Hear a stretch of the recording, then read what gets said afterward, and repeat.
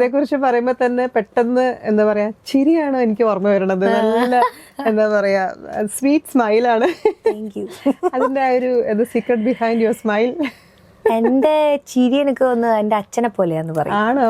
ചിരി നല്ല ചിരിയാന്ന് പറയും. പോസിറ്റീവായിട്ട്. എന്റെ അച്ഛന്റെ ചിരി നല്ലതാണ്. എന്റെ ചിരി നല്ലതാണെന്ന് പൊങ്ങച്ചൻ പറഞ്ഞല്ല, എന്റെ അച്ഛന്റെ ചിരി നല്ല ഭംഗിയാ, അമ്മേന്റെ ചിരി നല്ലതാ. അതുകൊണ്ടാണല്ലോ അത് ഇങ്ങോട്ടേക്ക് കിട്ടിയത്. അതെ. പിന്നെ ഹൗ ആർ യു? എന്തൊക്കെയുണ്ട് പുതിയ പുതിയ വിശേഷങ്ങള്?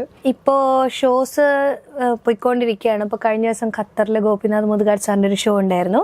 അത് കഴിഞ്ഞിട്ട് വന്നിട്ടാണ് നമ്മള് കുറെ മുന്നേ മീറ്റ് ചെയ്യണമെന്ന് പറഞ്ഞാണ്. ഇന്നാണ് അതിനുള്ള ടൈം കിട്ടിയത്.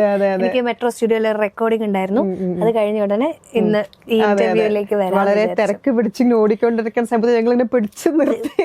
തിരക്കൊന്നുമില്ല. ഞാൻ എന്താ വെച്ച് കഴിഞ്ഞാല് ഇപ്പൊ ഷോ ഉണ്ടാവുമ്പോ ഷോന്റെ സ്ഥലത്ത്, അല്ലാത്തപ്പോ എറണാകുളത്ത് പണിയൊന്നുമില്ല ഞാൻ വീട്ടിലുണ്ടാവുക. അല്ലാണ്ട് ഫുൾ ടൈം ബിസിയായി ഓടുന്നൊന്നുമല്ല, വീട്ടിലുണ്ടാവും കോഴിക്കോട് വടകര.